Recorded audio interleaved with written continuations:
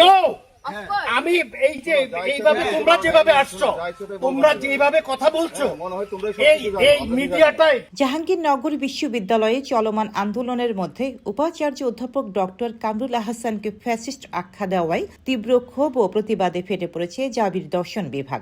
চলমান আন্দোলনের একজন সমন্বয়ক বা আন্দোলনকারী ভিসিকে এই রাজনৈতিক তকমা দেওয়ার পর তার প্রতিবাদে দর্শন বিভাগের শিক্ষার্থীরা বিভাগের সামনে থেকে সংক্ষিপ্ত মিছিল বের করে কেন্দ্রীয় শহীদ মিনারে মানববন্ধন ও প্রতিবাদ সমাবেশ করেন।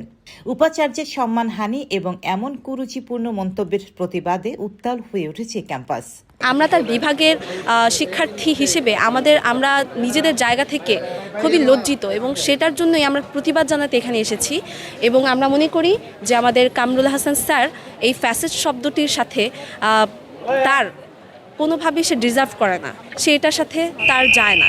তো এটা যখন তিনি বলেছেন তখন আমরা চাই যে সেই শিক্ষার্থীর অবশ্যই বিচার হওয়া উচিত, কেননা এটা তো সে ডিজার্ভ করে না। আমরা জুলাই আন্দোলন করেছি এই ক্যাম্পাসে, তারা এই শিক্ষকেরা আমাদের সহযোদ্ধা ছিলেন এবং আমরা দেখেছি তারা আমাদেরকে কিভাবে আগলে রেখেছে। যখন এই জুলাই আন্দোলনের সময় হাসিনা শিক্ষার্থীদের ওপর বিভিন্নভাবে জুলুম করছিলেন, তখন আমরা দেখেছি এই শিক্ষকেরাই আমাদের পাশে ছিল, তারাই আমাদের পিতামাতার মতো আগলে রেখেছে। এখন তাদেরকে ফ্যাসিস্ট বলে গালি দেওয়াটা কি আমাদের খুব বেশি জরুরি হয়ে গেছে? এই দাবিগুলো নিয়ে আমরা এখানে আজ দাঁড়িয়েছি। ধন্যবাদ। ঘটনার সূত্রপাত গত শনিবার 16 মে জাবিতে চলমান আন্দোলনের ভিতর একজন আন্দোলনকারী উপাচার্য অধ্যাপক ডক্টর কামরুল হাসানকে লক্ষ্য করে ফ্যাসিস্ট মন্তব্য করেন। এই ঘটনার পরপরই 17 মে সকাল 11:30টায় দর্শন বিভাগের শিক্ষার্থীরা একজোট হন। তারা দর্শন বিভাগের সামনে থেকে একটি সংক্ষিপ্ত প্রতিবাদী মিছিল বের করেন। মিছিলটি পুরো ক্যাম্পাস প্রদক্ষিণ করে কেন্দ্রীয় শহীদ মিনারে গিয়ে শেষ হয় এবং সেখানে এক বিশাল মানববন্ধন ও প্রতিবাদ সমাবেশ অনুষ্ঠিত হয়।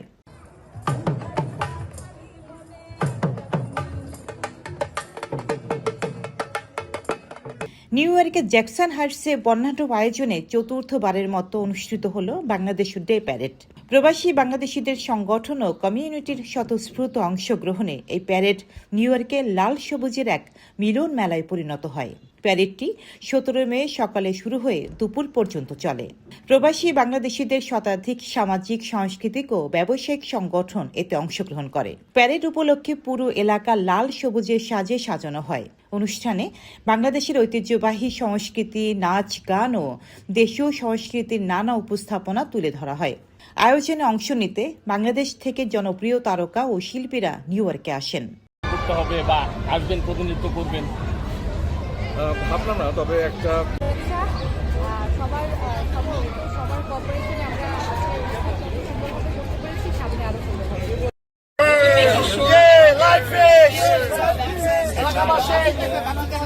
ভাই কেজি কত? কেজি কত?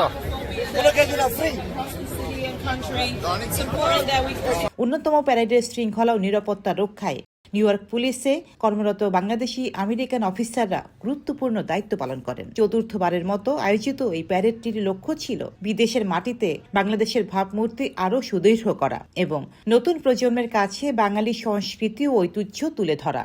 চাঁপাইনবাবগঞ্জে সালিশ বৈঠককে কেন্দ্র করে আইনজীবীদের দুই পক্ষের মধ্যে মারামারি ও হামলার ঘটনা ঘটেছে।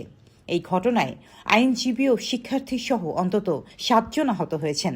17 মে রোববার বিকেল থেকে রাত 12টা পর্যন্ত চাঁপাইনবাবগঞ্জ জেলা আইনজীবী সমিতি ভবনে এই হামলার ঘটনা ঘটে। আইনজীবী সমিতি কার্যালয়ে একটি সালিশ বৈঠক চলাকালে উভয় পক্ষের সমর্থকদের মাঝে কথা কাটাকাটি ও দ্বন্দ্ব শুরু হয়। পরবর্তীতে তা সংঘর্ষে রূপ নেয় এবং আইনজীবীরা হামলা চালান। তারা নিয়ে চলে গেল। দুইটা ছেলে আবার হুন্ডার চাবি আনতে গেছে। দুইটা ছেলে তো হুন্ডার চাবি আনতে যা গ্যারেস্ট হয়েছেই, মানে ওদের গোল চক্করে পড়েছে। আবার দুটো ছেলে চাবি আনতে গেছে, উনারা হুন্ডা দুজন মিলে স্টার্ট দিয়ে চলে যাচ্ছে। হুন্ডা পিস থেকে টেনে নিয়ে এসে, হুন্ডা সহ টেনে নিয়ে এসে এমন মের দিয়েছে, এ পাশটা চলে গেছে। তারা কিন্তু জানেই না, কোনো মানুষ জানেই না। আহত 7 জনের মধ্যে বেশিরভাগই স্থানীয় শিক্ষার্থী। তাদের মধ্যে গুরুতর আহত অবস্থায় 3 জনকে হাসপাতালে চিকিৎসা দেওয়া হয়েছে। এই ঘটনার সংবাদ সংগ্রহ করতে গেলে স্থানীয় এক সাংবাদিককে আটকে রেখে মারধর ও হেনস্থা করার অভিযোগ উঠেছে। পরিস্থিতির নিয়ন্ত্রণে পুলিশ আহতদের উদ্ধার করে 250 শয্যা বিশিষ্ট জেলা হাসপাতালে চিকিৎসা প্রদান করে। এই ঘটনায় জড়িতদের বিরুদ্ধে রাত 1টা পর্যন্ত কোনো মামলা দায়ের করা হয়নি। তাদেরকে কেন মারা হয়েছে? তারা যদি কোনো অন্যায় করে থাকে প্রশাসন মানবে, কিন্তু প্রশাসন থাকতে কেন উকিল মারলো? উকিলের আমি বিচার চাই। আমার